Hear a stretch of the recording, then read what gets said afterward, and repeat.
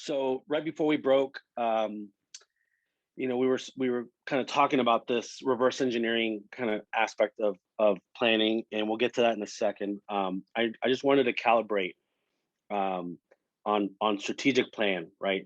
This kind of big word that could sometimes mean a lot of different things, and I just wanted to simplify it because, as I've mentioned a few times, simple, simple, simple is always, I think, the best route for us as we execute. So a strategic plan, whether it's for the organization or for a specific project or something that you're working on, or for yourself personally, is really three things. Where do you want to go, right? What is it that what's the destination? Why do you want to go there, right? It's important to know what the stakes are. Why is this even a priority for you? Because that'll help you identify whether you're going to run out of gas along the way or not. Because if it's not something important, there's no stakes. It's very easy to kind of not follow through. And the last is kind of what's the detail behind it. How are you going to accomplish that? So where do you want to go? Why is that important? And then what are the details behind that? That's as simple as I can make strategic planning, right? If you follow those kind of basic components, you'll have all the moving parts for what goes into accomplishing a goal. So the last group that I did this with a few months ago, and we're going to end it the same way today, is you kind of writing down whatever, whether it's personal or professional, kind of a very simple version of a strategic plan. And for someone, it was to own a home. And so that was the goal, is she wanted to own a home. And so then the next part of it is, well, why is that important to her? And so she described why it was important for her kids. And then it was the how. And so then it was a tactical list. It's to save up X amount for down payment, pay off debt. It was then to find establish a budget, find a realtor. And so then this plan is in place, right? And it has all those moving parts. What is it that you're trying to accomplish? Why is that important? And how are you going to get there?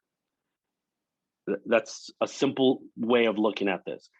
How you apply it, it could be, again, to redo the website, to add a new member, or redesign the org chart, or to recruit new board members, or to create a new program, or to expand into another city.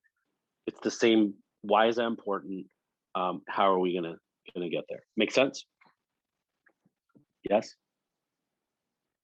So I want to speak about change, and what I would refer to as a formula for change. And I don't know that we always look at it this way, but I challenge us to think about change. Can we all agree that change is not always easy for people, and may not even be easy for us, right? I think flexibility is a muscle that if you build that muscle, you're able to adapt to change better than others. And I don't know, we're all familiar with IQ, right? And then we're probably all familiar with EQ, right? Emotional intelligence. Well, I was introduced to this AQ, adaptability. And as I learned more about it, as I thought more about how that applies, the people that are the most adaptable, and I'm going to assume that you are in that class given the roles that you play, the people that are the most adaptable are the people that are the most successful, especially during times of crisis like what we're seeing. As you think about what change is and how you can evolve and adapt to what's happening in an environment, you're able to process and move forward quicker than others. And as our role as leaders, we have to understand the kind of the processes of change management, the fear and anxiety of change that sometimes people face. Typically, the fear and the anxiety of change is rooted in not knowing what's next, right? And not trusting the unknown, right? And that's usually where the kind of anxiety, kind of is coming from. So someone wrote in chat, COVID has given us a society to learn adaptability. Yeah, by force, right? And so, some people still are not there. Just if I can offer a personal observation, I don't think everyone has adapted. I think some people are still in a mindset that they're just not acknowledging the change that's happened. And I think those that have are the ones that um, are adjusting the best to it. They just acknowledge that things are happening and there's things that you have to do as a result of it, and then you adapt, right? But let's not get into the COVID side of it exactly. But in our organizations, we're always changing, we're always evolving, and I like to think of change again as a muscle. And if you waited for COVID to work that muscle, you probably saw a lot of pain, right? You saw a lot of issues within staff and all that. If your organization rarely introduce change and you wait for these big events to happen, then you're going to feel a lot of pain. Um, I don't know a lot about the supermarket industry, so I'm not going to claim. But has anyone ever noticed when you go to like a grocery store chain, every once in a while they like reconfigure the store layout, or if there's a special like a Super Bowl or something like that, all of a sudden there's like special. All of a sudden you walk in like, hey, this is not what's normally here, or you move the milk from there to here or whatever. They constantly kind of rearrange. Does anyone have an idea or a theory why that happens? I think it's a marketing strategy. Costco does that a lot. I know Costco, that's why they don't have signs on their aisles. They Yeah, purposely make the customers walk through the entire store to get, and by the time you get to the toilet paper, you already have yep, the car filled up. yep. And so It's you're very thinking, I'm much, just walking for toilet paper, but I'm paying $500. I'm pretty very sure most of much us are guilty of that. that is very much the strategy. It's to implement change so that you shop more. Have you ever walked in and realized that they changed the layout and go, you know what? Forget this store. They changed the layout. I'm out of here. And you turn around and you walk out. Do you think people behave the same way that they behave in a company when you go, hey, we're introducing this new software? And people go, what the? Are you telling me we're going to have to learn a whole new software? Here's the reality of the world. Every business is changing at an exponential pace. Technology, internet, things like what's going on here with the pandemic are imposing change or disrupting every industry, right? For those of us that have been doing this line of work for some time, we have seen firsthand how things have changed, to just how we communicate with people. A social media manager didn't exist as a job, 15 years ago, right? And so you think about like how we communicate and how we engage, the level of of awareness and education from a donor is different today than ever before. They expect different things of a nonprofit, right? And for those of us that are fundraising, the ask is different today than it was many moons ago, right? And so change is going to happen. And just like we talked about culture, you can either design culture or let it kind of design itself. Change is a muscle. So just like stores, make small tweaks, it gets people used to. No one ever walks into the store. Maybe some people do. I mean, let's actually assume that there are some people that do throw a fit because the cereal aisle got moved around. But the majority of people go, "Hey, where's the new sign or where's can I ask someone?" And they adapt, right? And they didn't ruin their day. So tactical tip, right? What are the small things that you can introduce in your organization that is change that will not disrupt your team and create anxiety, and will show them, condition them that change is not always bad. So in my organization, I move around furniture pretty regularly just to do it, just like the supermarkets do. So I will reconfigure layouts. I may assign a person to different tasks or put them in a different project just to give them some flexibility. I like to encourage them to kind of cross pollinate with different departments. And so if you're in accounting, I may ask you to be involved in some program meetings just so that you can understand the mission firsthand. So I'll do small things that are not really high stakes. There's a safety net there. It's not like someone's gonna, crash and burn, because what it does is you're earning equity with people. They're able to experience change, not be burned, not be, disillusioned, so that when change has to happen and maybe there are stakes to it, they're used to the muscle memory of change. They realize it's in their brain. The last few times we've kind of gone through some systems change, it didn't hurt, didn't kill us. I actually learned something, and so it's not that bad. Do we see the value from a tactical standpoint of making sure that you move things around? It could be as simple as you are always the person that leads the staff meeting. Maybe that's what you're always doing, and as a change, you say, "Hey, Tanya, in 3 weeks, I'd like for you to lead the staff meeting as a way for me to add some professional growth to you. I'm going to coach you beforehand. You're going to help me create the agenda, and then you're going to lead the staff meeting. You're going to actually, kind of walk us through and do that."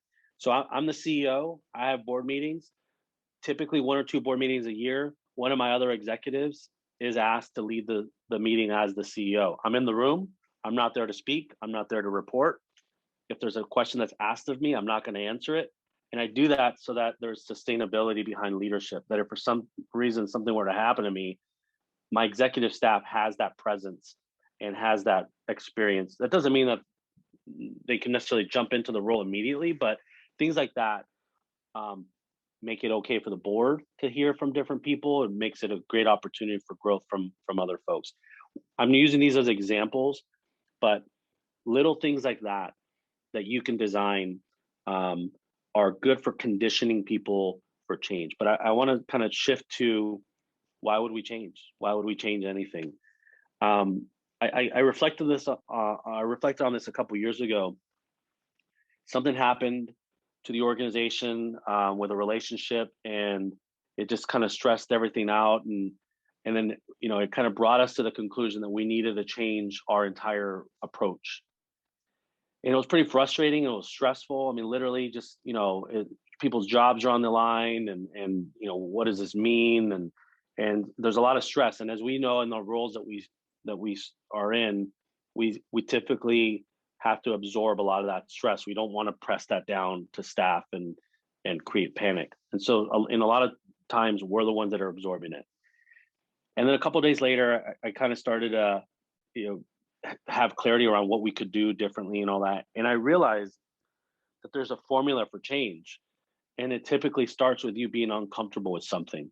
So uncomfortable that you're not going to allow yourself to continue doing it that way. And so I realized this is part of the process. You have to first identify something that bothers you so much that you're not comfortable leaving it as is. So it starts with that. And then it's, okay, why is it uncomfortable, or why is it not working anymore? That helps you kind of ask questions that you may not be asking. And then you start to develop a new road or a detour or a different path ahead. But the reality is, none of us like pain, right? We try to avoid pain. That's probably what makes us smart, is we try to avoid pain. But there are times that it happens. I don't know if you've ever had experience like this where, you've had a contract that was, closed, or a donor that likes puppies instead of kids, or whatever the case may be. But all of a sudden it's like, oh my gosh, this is a big deal. And you have to then adapt to it. And once you get through that storm, you realize that, it started with you being uncomfortable, or being, whether it was you choosing to realize that you needed to change, or the world telling you it was time to change. And so let's, COVID as an example, this happened. This was a global event in our space, in our industry. It changed everything, right? It changed, in some cases, our business model of what we were doing in the community. We've served a few 100,000 meals through the pandemic, things that we never really did before, and the new skills we had to develop. But it was something that was necessary. So we kind of, we moved into that space. But it started with us realizing that we were uncomfortable, or unwilling to just leave things as is. And so I share that because I want you to reflect in your life, professional, personal. What are the things that make you uncomfortable, or at the very least make you realize that's not how you want it to be, right? I want it to be this and it's not, or I want us to be here and we're not, or this is the way that this is working is not healthy, or is not the best, or let's bring it back to impact. I I have a rule of thumb in the organization. We're going to treat every child we serve as if they're our own family. So my standards are the same for my kids as what those that we serve. So if there's a mismatch, and it's like I realize that we're here and this is where I want us to be, that makes me uncomfortable. And I need to make sure that I do everything I can and that I have a plan in place so that I can level that playing field, right? And in some cases, that means asking tough questions. And for us, many years ago, it was removing those pool tables and making sure that we had a commitment for technology, so that every kid had access to technology. And we were closing that digital divide. That no matter zip code or economic status, every young person had access to the tools that they needed in order to be successful. So that was us benchmarking, realizing that we were here, this is where we wanted to be, and then having a plan in order to get there. But I want you to think about what makes you uncomfortable, what frustrates you. And I know the level of passion that you have for the specific work you're doing. And there is a list. I guarantee you there's a list of things that if I challenged you and I pushed you hard enough, you would come up with, we should be doing this, or our family should be getting this type of service, or we're not right now doing this, but if we did it, it would have more impact to those that we serve. So I challenge you to think of what makes you uncomfortable, and and it should bother you.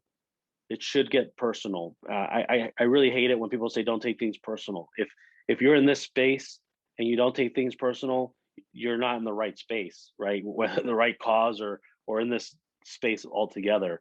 We should take it personal. It should bother you that we have poverty. It should bother you that we have hungry tummies. It should bother you that we have a homeless crisis, and that we have all these gaps that exist in society. And that's what makes our community so special, is that each of you are fighting for these causes.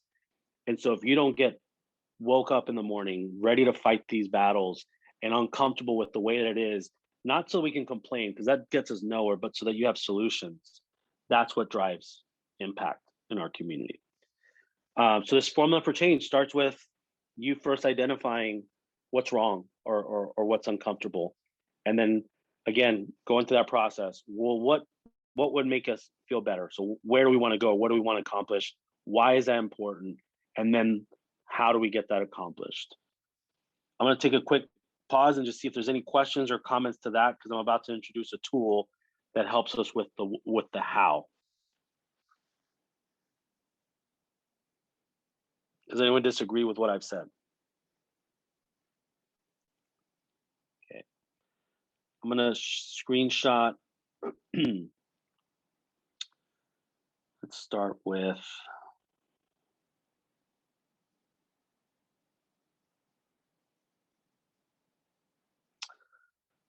before I do that. So I'm going to introduce two tools, and I kind of want to explain them verbally before I show them. So the first is what I use on a monthly basis.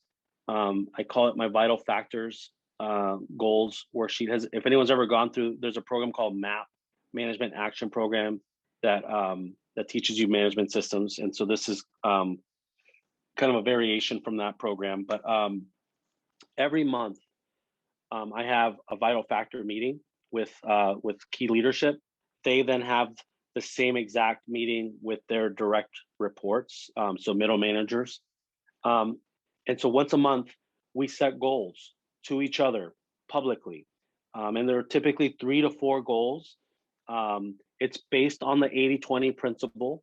So the goals that you're setting are the highest priorities for you for that month. So in theory, the bulk of your time that month is being spent on these 3 to 4 high level goals, right? We set it publicly.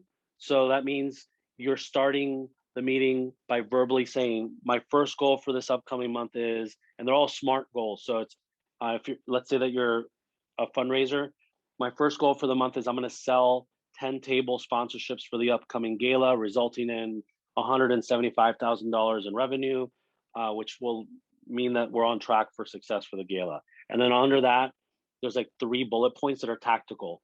So that means I'm going to schedule meetings. I'm going to send out the corporate, package. I'm going to, talk to the board and have them do whatever. So that's the tactical side. So I, as the CEO, or you as the leader that's leading this meeting, are able to address what everyone's priorities are in a very efficient way. There's also a culture of accountability that comes with setting your goals publicly. And then the other piece of it is, rarely are anyone's goals entirely driven by just them. Almost always your success is driven by other people also following through on their end. So if it is that same exact example of selling 10 table sponsorship, they may need other people in the organization to help them fulfill that goal in some capacity, in a support capacity. So I'm about to show you the screenshot of it, but I have a weekly staff meeting. And then one of those meetings, which is monthly, we do our vital factor goals. I call it vital factor because it's based on the 80-20 principle.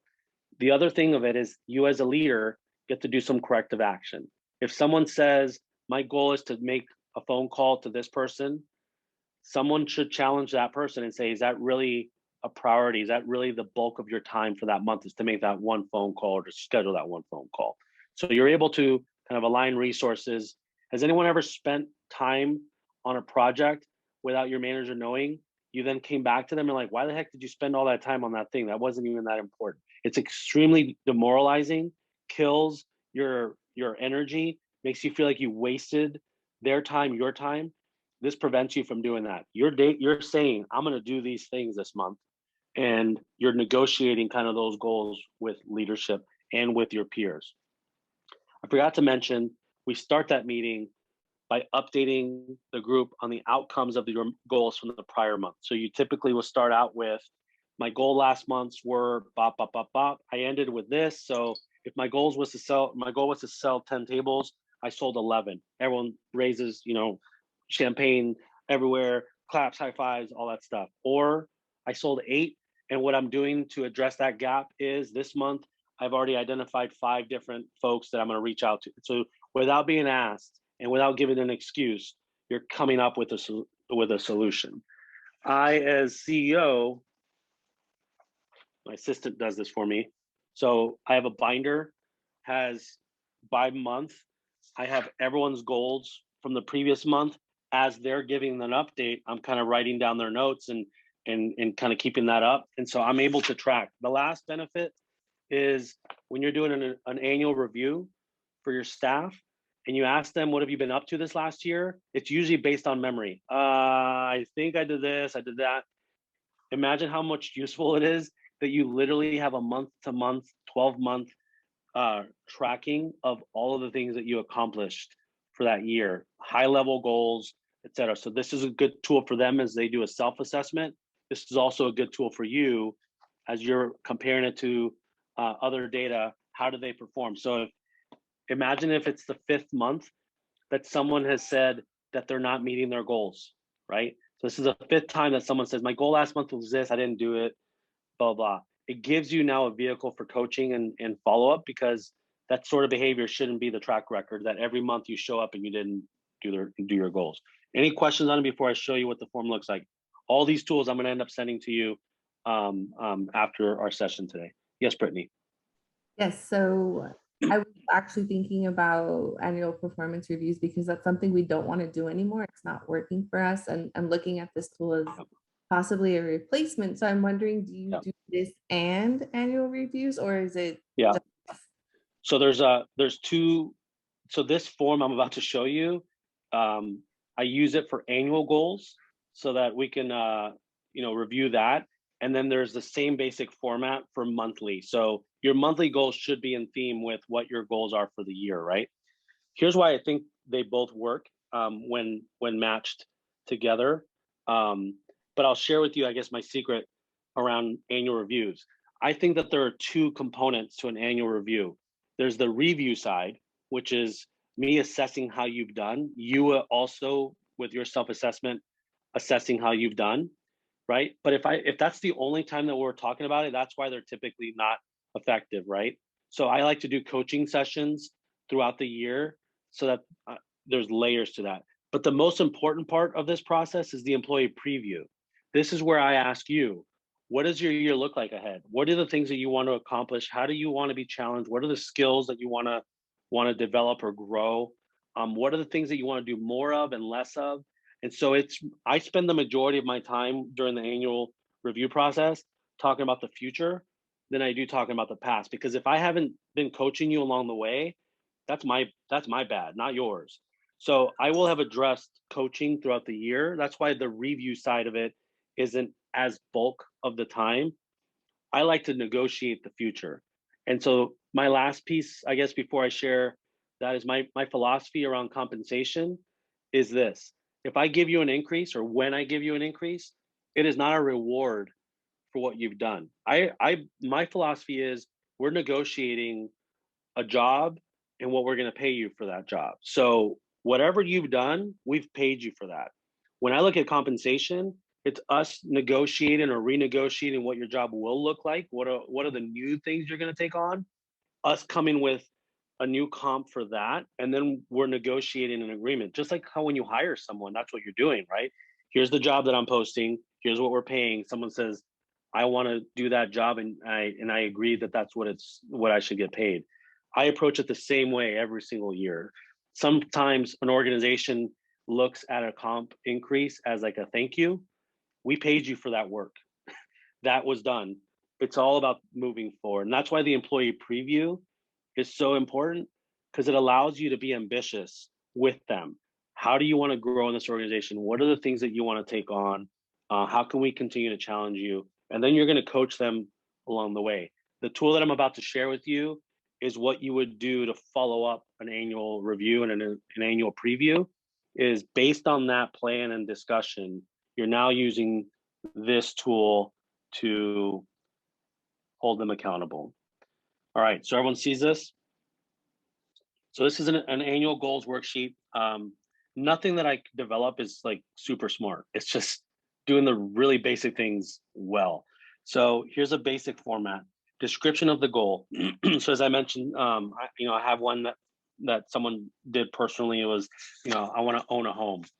Why is this goal important, right? So you ask yourself, what's the motivation? That's important because I don't think I've ever met a goal or I don't think people meet their goals unless they're first identifying their why, right? So if this is, I'd like to be healthier in the year ahead. I'd like to, eat healthier food or let's say it's to live a healthier lifestyle. Why is this important? Because, I have kids and I want to be there for the long haul and I also want to feel better, blah, blah, blah. What impact will this have? Well, I'll go to the doctor less. I'll have less sick days. I'll be more present. I'll have higher energy. What are the potential challenges and obstacles? Well, if I don't stick with my workout regimen, if I don't eat healthy, if I go back to my habits, then I'm not going to follow through. And there's also a cost involved if you're going to shop at Trader Joe's or Whole Foods. It's almost always cheaper to buy junk food than good food. Blah blah blah. What support will I need? My wife is going to hit me on the head every time that I eat a candy bar or whatever it is. I'm using random excuse or random scenarios. Then you go into the tactical things. I'm going to drink, X amount of water every single day. I'm going to exercise 3 to 4 days a week, whatever it is. And so you start to populate what is the goal and what are the tactical items and action steps, and then assigning specific dates and then updating the status. I'll take a quick pause to speak about that. Is there anything that was on that form that was like, wait a second, that is extremely difficult or complicated to understand? Nothing about that was difficult or complicated to understand, right? It's identifying where you want to go or what you want to accomplish, why it's important, and then developing a plan of how you get there. Does everyone see the moving parts of a tool like that? Okay. So imagine, Brittany, we're able to have a discussion about your review for last year, right? Here's the things that we put on your plate and here's the skills that you brought to the table. Here's some areas that we think you should develop. Let's talk about the year ahead. Here are the things, here's a couple projects that we think, would be a great fit for you. Or here's the, in theory, you're smarter, better, faster than last year. So we should be able to put these things on your plate. And we're going to pay you this now for that. It's, 8% more than last year or whatever. Now people feel less anxiety when they're having these things because they're actually talking about where they're going. And what I have found with A players and B players is that they always need to know where they are in the organization and where they're going in the organization. Usually someone leaves the organization if they feel like there's no other runway, there's no more runway for them, or they don't know that there's even an opportunity for them to be growing or challenged in the organization. This type of a tool helps continue that spirit of how do we keep challenging you, growing you, et cetera. This is also a tool that you could use for yourself personally to kind of drive your own performance. Same exact format, except a little bit simpler for the monthly goals. So here's my vital factor worksheet. And so again, it's 3 to 4. I'd like to do 3 if possible. Trying to stay close to that 80-20 principle, but I will do this by this date, which will result. There's not. I mean, literally, these are all blank. I will blank by blank date to do this blank thing. It is encouraging people to use their own energy to complete this, right? And so then there's those action steps. All right. So if I'm gonna sell 10 tables for this month's gala or next month's gala, what are the things that I have to do? I have to finish the corporate sponsorship package. I have to, if I'm going to sell 10, I have to ask 20. I'm going to make sure that they complete the pledge form or whatever the tactical thing is. I'm going to take a quick pause. Does everyone see how these pieces work well together? If all you did was email these forms out, do you think it would work? Absolutely not. All of these pieces of paper are just words and lines and gobbledygook. It's what you use these tools for. If you want to create a culture of accountability, a culture of creativity, you have to be present. You have to create the environment for that. So once a month, everyone knows I buy donuts. That's another good way to do this, right? Tactical tip is sugar them up. Donuts and coffee. I start with high level, speaking about the organization, what we have going on. I try to share as much insight as I can, try to keep it kind of high level. We then start with a round table. Everyone is going around the table, updating them on the progress of the previous month's goals and the outcomes. And then we take a quick break, and then we set in round table, everyone shares their goals for the next month. Nothing overly complicated. By the end of it, everyone publicly shared their goals, their outcomes from the previous month. We as leadership got to calibrate. This is the time that I can also add a goal, right? So if someone says, these are my 3 goals, and I as a CEO say, hey, if you have the bandwidth this month, or if not, maybe by next month, would you be able to look at our relationship with Rico? It's up for renewal, and I think we should renegotiate the terms or blah, blah, blah, blah. Yep, I can add that as my goal and see that. I can also make an observation. If, like, I had a director of operations that every month it was, I need to hire 5 people this month to fill the vacancies, and this is what I'm going to do. The next month, I need to hire 6 people for this month because we had so many quit and blah, blah, blah. And then the next month, I need to hire 2 people. And so all of a sudden I was like, hey, I'm seeing like a trend here. Like every month we're reactive here, right? And it seems like you're just constantly reacting to someone left, we need to go. So then I said, maybe the next month's goal is how do we be proactive in our hiring and recruitment strategy so that we constantly have systems in place for recruitment, for posting jobs and all that. We should constantly be hiring people because given our size of staff, we're always going to have some level of turnover. So that way, the new goal should not be the tactical thing that you're doing every month. The new goal should be, how do I get ahead of this thing so that I'm not constantly looking at my schedule, trying to schedule interviews. I'm going to dedicate 1 day a month or 2 days a month where all I do is do interviews for staff because I know that I have to hire staff all the time. So you realize you get to see trends and then respond to it. And then I also mentioned maybe there's a staff member that isn't meeting their goals regularly. So A, B, and C players, right? Who do you think loves this format? A players are not afraid of showcasing what they're doing. In fact, almost consistently A players are A players because they know that they're producing, right? And not that there's ego, but everyone's got some ego. You want to show the work that you're doing. But the other reason is A and B players need to know what success looks like in order for them to know whether or not they're being successful. They don't like to have a gray area on what they're supposed to be doing. They want to know, what does the bullseye look like? Because I need to know how to hit that bullseye every single time. And so A players almost demand clarity around what you want them to do so that they can go out and do it. They don't like not knowing what they're supposed to be doing because then they don't feel like they're being successful. Does that make sense? So someone mentioned earlier, we're about to get to it. Defining and measuring success is part of what we're talking about here. And one of our core responsibilities, obligations as leadership is to first define success and then make sure that we're measuring it. This is a tool that helps us with that. Because what I just described to you is someone in this meeting saying that their goal is X and you saying, actually, I don't know that that's ambitious enough, or I don't think that that's the best use of our time this month. If someone says, let's say that this is your lead fundraiser, I'm not going to share who it is, but I've been in this room where the lead fundraiser, a high wage earner, says, I'm going to design a new t-shirt for the motorcycle event. And I'm going to raise my hand and say, I don't believe that that's the best use of your skill, your resources, and your time. If you're going to spend, you're telling me that this is one of your highest priorities for the month, that means you're dedicating hours of time towards designing a t-shirt. What that t-shirt will not do is raise $100,000 this month. So that isn't the best use of time. So it allows you to calibrate without spending a whole month of resources on something. It also allows you as a leader to identify your talent, because if you're constantly having that issue, you may not have the right person in the right seat or the right person in the right, in the organization. It allows you to kind of identify very clearly the mismatch of, why do I keep having to correct this person's course? Now you have documentation around kind of this process. Any other thoughts, observations around this meeting, around this tool?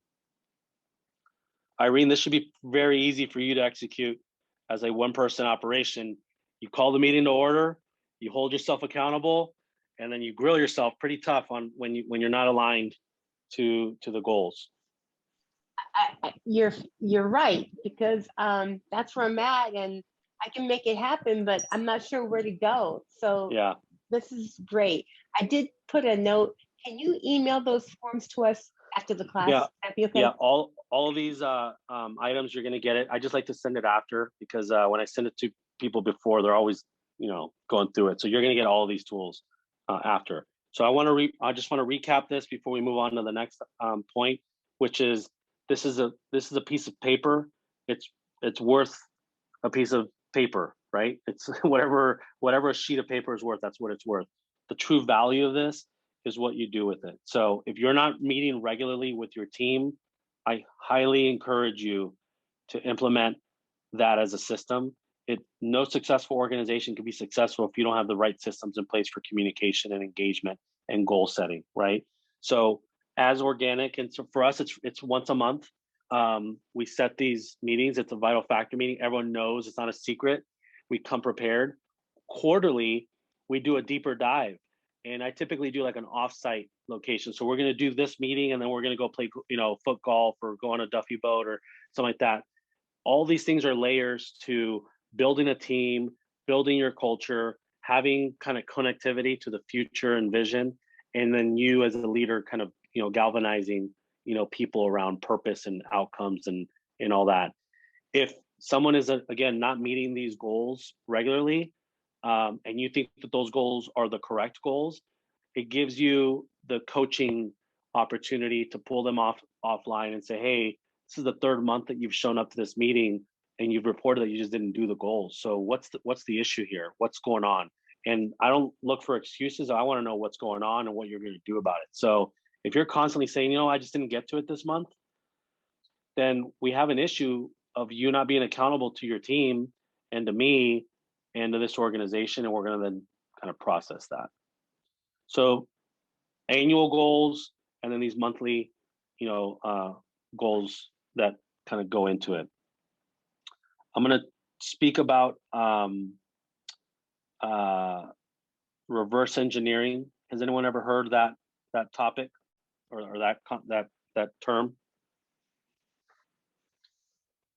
So it's kind of misleading because the arrow is pointing that way, but similar to what we've been talking about, we're going to start with the results first, right? We're going to start with the end in mind. And so what is it that you want to accomplish?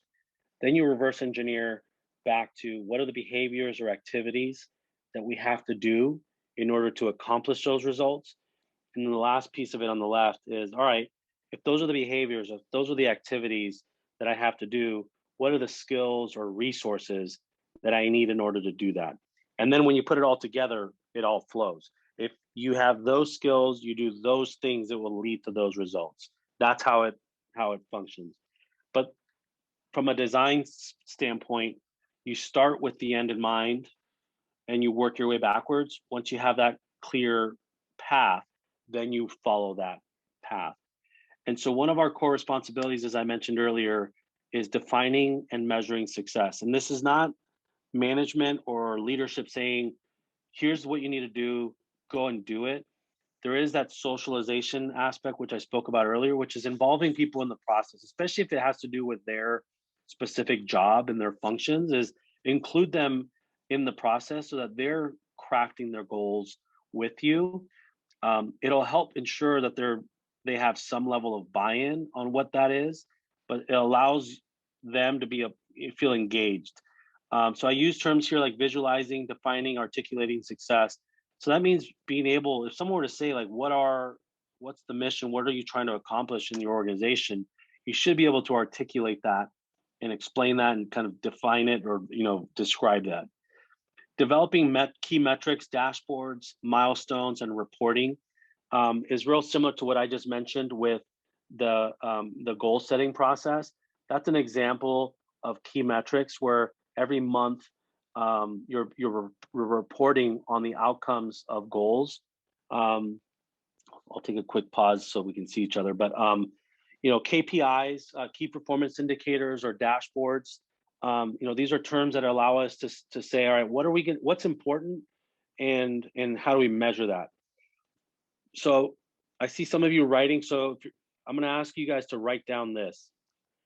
My definition of management is you define success, you measure success, and then there's some form of consequence.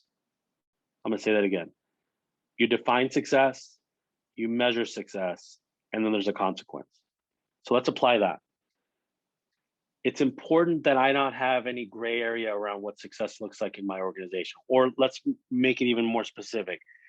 If you are working as the director of operations, I'm going to hold you accountable to all the things that are on your plate. It's impossible or unfair for me to hold you accountable if you and I don't have the same definition of success. So when I say define success, we both have to have the same clear understanding of what is expected of you. And so we sit down and we say, these are the 10 things or the 5 things that we're going to hold you accountable for this year. So if you're a director of operations, it's to ensure that we have quality and safe programs. It's going to be to make sure that we're fully staffed and that the staff are in line with our values and et cetera. We're going to make sure that the programs we're implementing are to the standards that we've set. If we have facilities, it's to make sure that the facilities are clean and maintained, whatever it is, whatever the job is. But we're going to have the same definition of that success. Then we're going to have some tools to measure that. So that means we're going to have some tools to make sure that the facilities are being maintained. Maybe we're going to do some safety assessments. We're going to do some form of evaluation of programs. I'm going to measure where we are in staffing versus where we need to be in staffing. If I may look at turnover rates. If we're constantly seeing staff leave the organization, I'm going to hold this person accountable to driving change in that area. So whatever it is, but all right, how do we measure that and know whether it's happening or not happening, or whether you're on track or off track? And then from there, you could develop reporting. So let's say it's once a month or quarterly. I want you to produce these metrics for me, and we're going to review them together, or a dashboard that allows us to kind of see where we are visually there. And then the consequences. Hey, you're killing it. We've been able to increase our turnover rate from this to this. Now we're able to retain more people by introducing the staff scholarship program and the employee recognition thing that you rolled out. We're also, having more of these town hall meetings with staff. And so we're seeing more level of engagement, and it's leading to these things, right?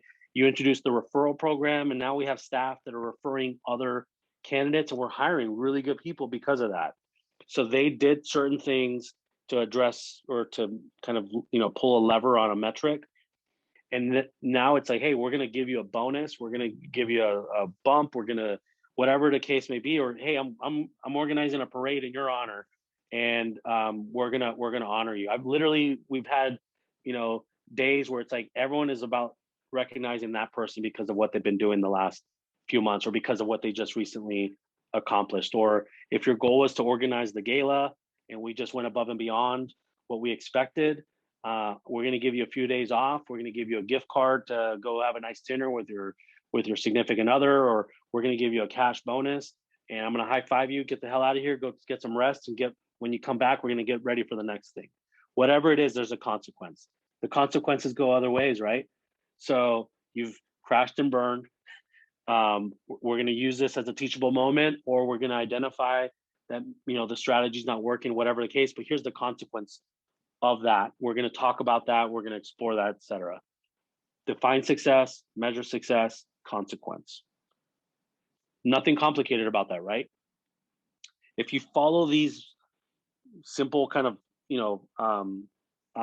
phases with precision, you'll see the consistency kind of happen here. You also may identify low performers. You may identify through this level of accountability that someone is not good at their job, or that they're not in the right position, or that they're missing a significant piece of training or coaching in order to be successful.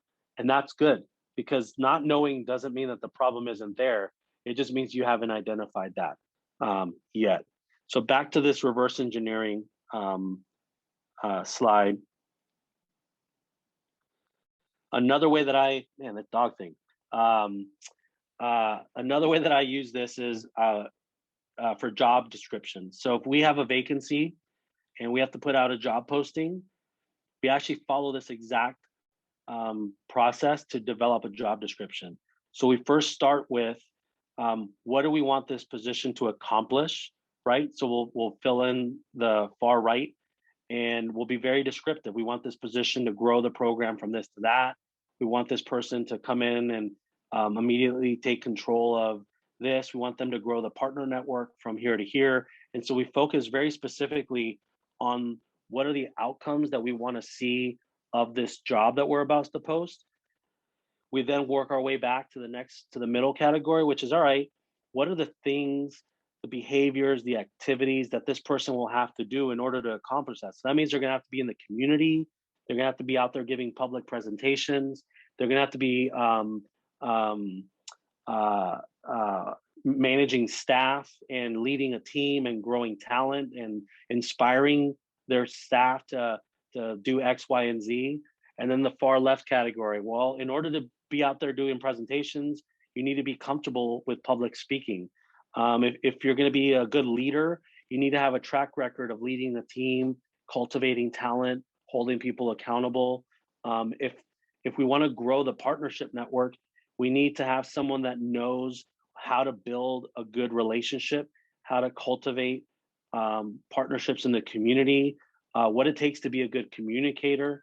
And so do you see how then, if that far left category gives me a profile of who I should hire? Because if I hire this person, they're going to do these things, which will result in these outcomes. How often, when there's a job that we need to post, we go to the last time the job was posted, we pick that same job description, we go, all right, adjust the salary, because when we did that last time, it was this, and now it's that. Everything else looks good. Put that out there, put it out on the internet, and let's see who applies. How often do organizations do that when it's time to hire someone for a job? We're doing that right now. All the time, and in live time. And so imagine how this might look different. You may hire a completely different person based on those two different strategies. If it's get the job description from last time, you're basically just saying, who's interested in working here, and let's find the best person that's within our reach, versus you creating a profile, you knowing what you are looking for, meeting with candidates, and knowing whether or not they fit there. So I'm going to give you a real world example. We did this process. We had a job that went live several weeks ago. We had really good candidates. We met with really good people, but we were disciplined to know what our profile looked like, and we had not met that person. So we decided not to hire anyone. We're gonna do it again. And imagine the outcome of that. We didn't just hire who was out there and who we could have made fit into the organization. We had the discipline to first define success and then make sure that we're holding ourselves accountable to hiring the best person for that fit. Do you realize, can you now see how you can apply the exact same tool to a variety of different applications, whether it's posting a job or looking at a current program and saying, what is it that we want to accomplish with this program? Are we doing the right activities? And then what are the skills and expertise to do that? Has anyone ever done a capital campaign? Been involved with or led a capital campaign? Seen Wendy, right? So many years ago, I led my first capital campaign. Had never done it before, so that was my goal, personal goal for that year. It's like I'm gonna lead a capital campaign. So I reverse engineered back. What are the things that I'm gonna have to do? What are the skills that I need to have? And in doing so, I identified a few gaps. I don't know how to do that thing. I've never done that. So then I surrounded myself with a peer network of people that had done that. I reached out to them, asked them for advice, met with them, caught up to speed, and prepared myself so that when I did it, I felt more confident and skilled in that thing. But a capital campaign could be the result. The behavior is you're going to have a case statement. You're going to have a donor prospect list. You're going to have a network of people that are going to be on a committee. You're going to have the vehicle, the infrastructure for accepting these types of gifts. You're going to have some collateral material. And then the skills are where you're going to need marketing and PR. You're going to need some, design. You're going to need someone that helps you craft message, et cetera. So the same application works. And I don't think I'm introducing you to anything that I've said today shouldn't be something that's like never heard of that before, as much as hopefully it's hitting a string that you go, you know what, that does sound familiar in my past, and it makes exact sense. And hopefully it's something that's relevant to what you're doing today. So the real big piece of this is, if anything that I've gone over today is relevant and valuable, what are you going to do with that